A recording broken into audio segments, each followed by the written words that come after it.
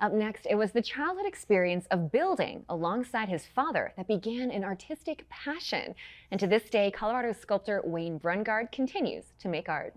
His bronze and wood sculptures create a sense of connectedness for Wayne and those who experience his art. Wayne shows us that it's people, not possessions, that give meaning to life, and how his process paved the way for his own healing path. Arts District producer Jeffrey Dallet has this story.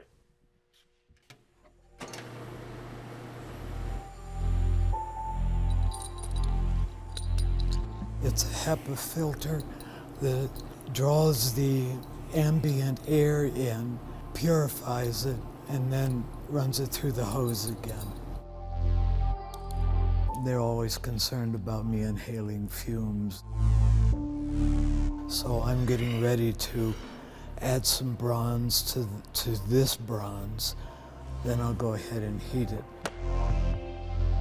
Then I'll texture it with a hammer. My name is Wayne Brungard, and I'm a sculptor. The first thing that I ever created was probably a table and chair when I was 8 years old. But I've always been designing and building things at home, at high school, in college. That gives some idea of starting to build it up and to get the texture that I'm looking for. My training is in woods and metals, following my dad around in construction. I started on furniture, and I started exhibiting some of my pieces in national shows, and from that, there was a credibility built up. The definition of art, for me, it has to be engaging with the observer.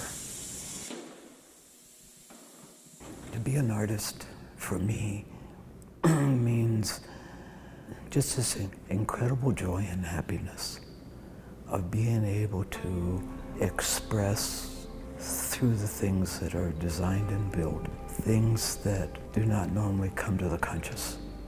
What I have found for me is not what is the meaning of life, but what gives meaning to life.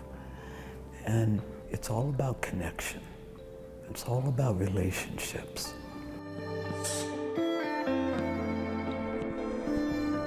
I'm going to ask for your help, if you'll just pull the blanket out.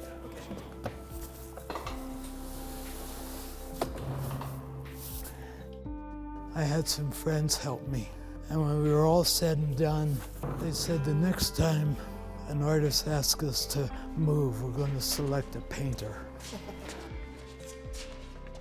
Several years ago, they discovered that I had a growth in my throat, and doing an immediate biopsy, they found out that it was malignant. I was given 3 to 6 months to live. I wound up with a trach.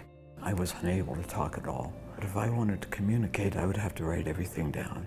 Through that 3 years, I had a lot of time to think and a lot of time to write and a lot of time to be cared for. If it wouldn't be for my wife, I wouldn't be here. That solidified for me the importance of connectedness. There were times during the illness that I wasn't sure if I'd wake up in the morning, but I didn't want to leave Zoe.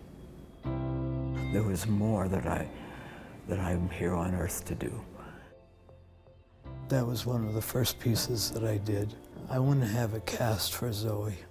I was feeling better, and I would go down to the studio, and I would spend a little bit more time. Zoe would say, "Dear, don't you need to go down to the studio? Don't you need to go down to the studio?" Months afterwards, she told me that the more I went down to the studio, the more my voice came back. So now I don't have to write things down on paper anymore. Well, what a gorgeous day. His work is beautiful, and I immediately said, "Wayne, we have to do an exhibition together somehow."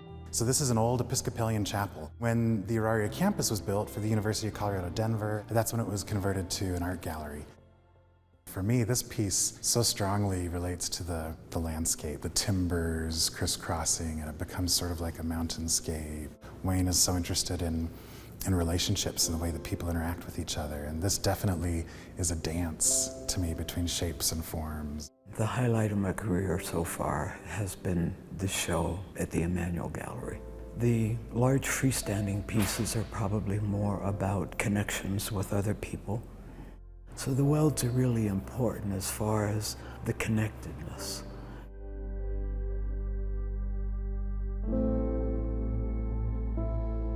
There's a time and a season for everything. People have asked, why didn't you do this 20 years before? I wasn't old enough. There was a whole lot more that I needed to know about growing up. What gives meaning to life is connectedness with other people.